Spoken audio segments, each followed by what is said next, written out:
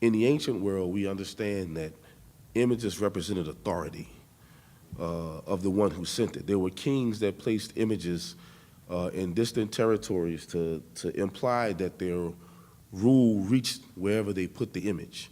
So God places humanity in creation to say, my glory is the same here.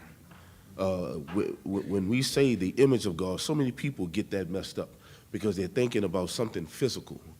They think that God created us in his image physically. The Bible says that it has nothing to do with physicality, but it has to do with our representation, how we represent God.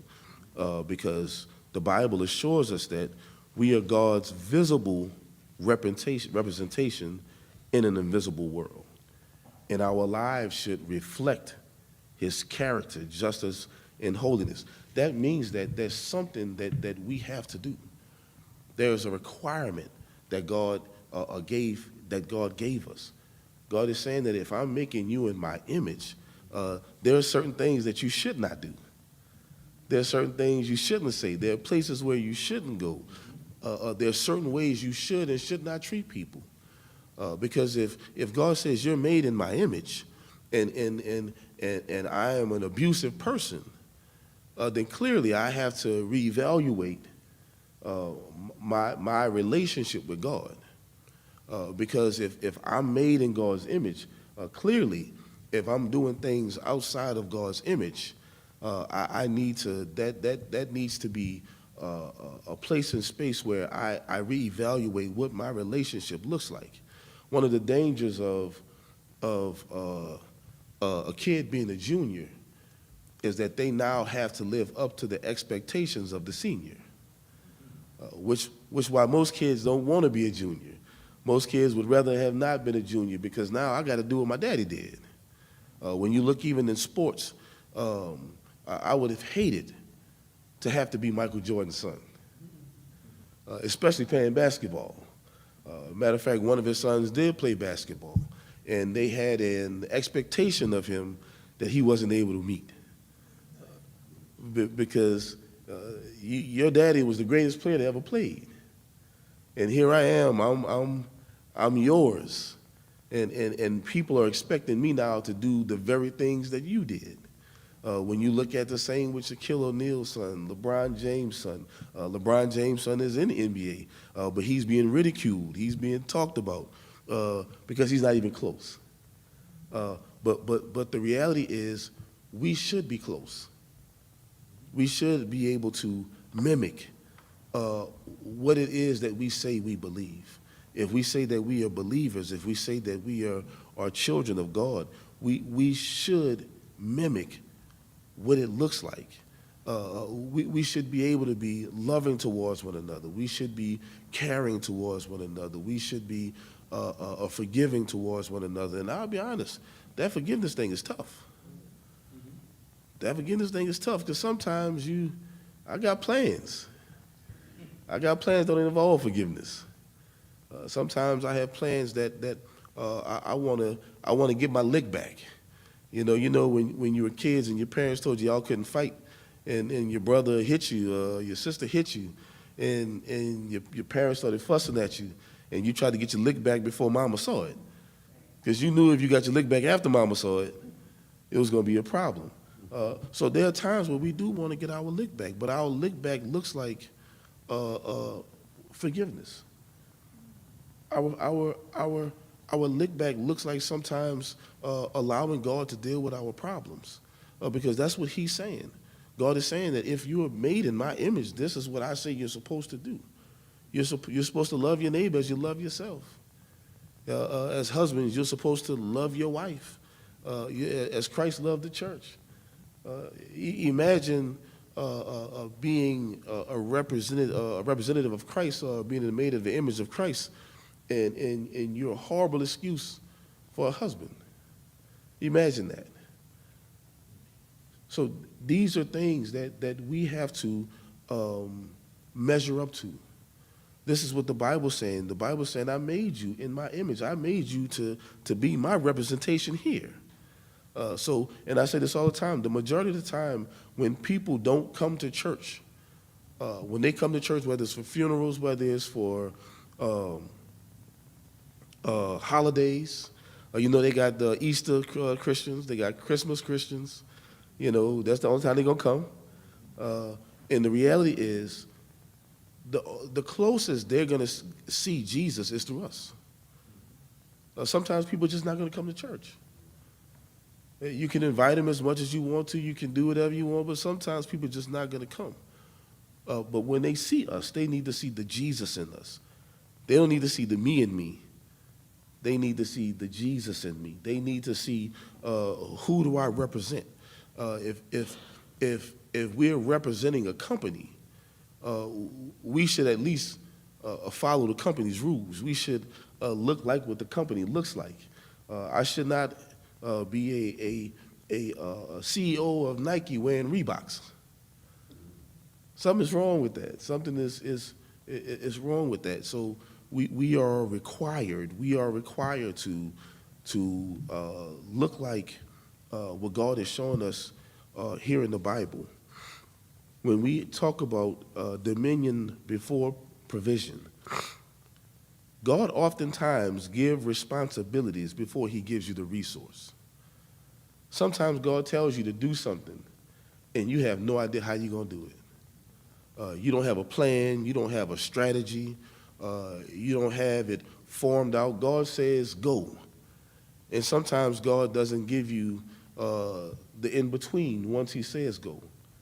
He just simply says go. He says, trust that I am God. Trust that I am who I am. Trust that I'm the one who is going to lead you, who's going to guide you.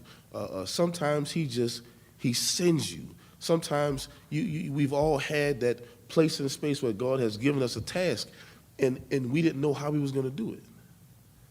Most of the times when you have people who've been called, especially in ministry, one of their biggest concerns is, I don't know what to do, though. I know God wanted me to do this, but what am I supposed to do? One of my biggest concerns when I got called to the ministry at 18, I had no idea, what does ministry look like? Does ministry look like me standing in the pulpit and telling people all my secrets? Was I supposed to get in there and reveal myself, expose myself, because I definitely didn't want to do that. I definitely didn't want to get up there in front of everybody and be vulnerable. But oftentimes when God gives you a task, when God gives you a responsibility, he doesn't tell you everything that goes along with that. He tells you, this is point A, and I'm going to get you to point B. But he doesn't always tell you that there's going to be sometimes a little confusion between point A and point B. Sometimes there may be a little chaos. The road may be bumpy. You may have to experience certain things. He doesn't tell you that. But he simply tells you that you have a responsibility, even as first-time parents. When you had your first kid, you knew nothing about being a parent. But you knew now that you had a responsibility. You had a task set before you, one that you did not want to fail at. So you tried to do everything that you could to fulfill the task that God placed before us. So sometimes God will just send you, which is why we always hear, send me, I'll go. Sometimes God will just call you to something. When God calls you to the office of the pastor, he doesn't tell you everything that you're going to have to deal with in being a pastor. He doesn't allow you to know that all of the phone calls you're going to have to take, all of the wayward sheep you're going to have to deal with. He doesn't tell you the sheep that are going to be arguing and fussing and fight. He doesn't tell you all of that. But God just says simply, I'm giving you this responsibility. And the good thing about that answering that call is God never expects us to know it all. He never expects us to have it all. He never expects us to figure it out. He just simply says there is a responsibility that you must attend to, and I'm going to show you how to deal with it. I'm going to show you how to navigate through it. I'm going to show you how to walk your way through it. But a part of accepting that responsibility and that authority is remaining humble. Most of the time, we feel like to be men, to to walk in the role of a man, there's a certain level of aggression you have to have. There's a certain level of arrogance you have to have. There's a certain level of strength that you have to have. But the reality is, what really shows you as a man is how vulnerable you can be. What really shows you as a man is how humble you can be. Because the danger is thinking you know it all. The danger is thinking that you don't need nobody. You can figure it out all by yourself. The biggest thing about leadership is knowing when to listen. Because if you can't listen, then you can't lead. If you can't submit, then you can't lead. Because all you become is a dictator. You don't become a leader. Because oftentimes they might have somebody around you who has a better idea, somebody who has a better understanding from their experience. And a part of being a leader is to surround yourself around people who know what they're doing. So you can rely on people to do certain things. You can rely on having godly counsel, because the Bible talks about that. The Bible talks about having godly counsel, because God never expects us to do it all by ourselves. God knows that we're limited. We have a very limited level of information, and if you don't think you do, mess around and think you know it all about something. And oftentimes, you'll find yourself thinking you have it all figured out, and God will let it all fall apart. Sometimes you think, I know what I'm going to do. I'm going to do it this way. I'm going to do it that way. No, I don't need your opinion. I got this. And God will allow it to fall apart right before you, because he never created us from a place, a space of individuality. He created us to need one another. One of the biggest issues that the church struggles with is the roles, the order of God. That's one of the biggest things, because most of the time, there are women in the church who feel attacked, and there are most of the times where there are men in the church who do the attacking, because they try to use the Bible as a way to beat somebody into submission. They try to use the Bible but when you understand God's order, you understand that God is not saying that as a man you have to be this cruel dictator and you're constantly telling people this and doing that. God is simply saying there is a order to this. There is a way to this, but it doesn't require you to be mean, to be vicious, or anything else, because again, that's not being made in his image. That's not being made in his image. He has established an order. And this is something that we shy away from, but y'all know I don't shy away from nothing.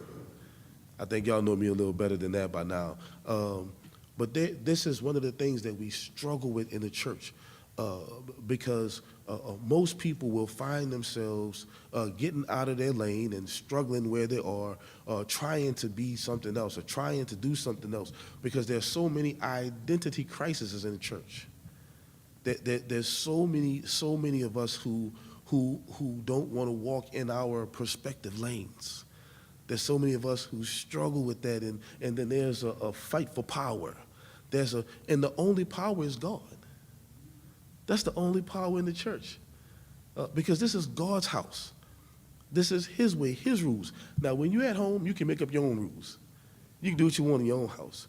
But when we come in God's house, we have to understand that we have to operate according to what he says and how he says. And we can't use the Bible in any way to try to lord over anybody. We can't use the Bible in any way to try to hurt or harm anybody, because the Bible says that God is love. And he says that to do everything in love, that's what we are required to do. We're not required to walk around thinking that we're better than anybody else, or we got it more than anybody else, no, God says that this is the way it's supposed to go, but let me tell you how to do it. So oftentimes God will put you in a place and space where he sends you, he gives you this responsibility, and he doesn't always tell you exactly how it's going to go.